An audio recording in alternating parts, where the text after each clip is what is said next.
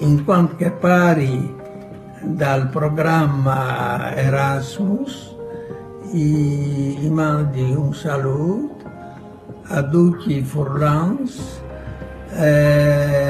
invitando i giovani Furlans a approfittare,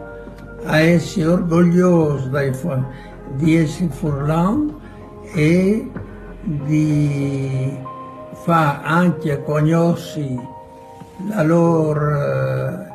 la ricchezza della lingua furlana e di farlo conoscere a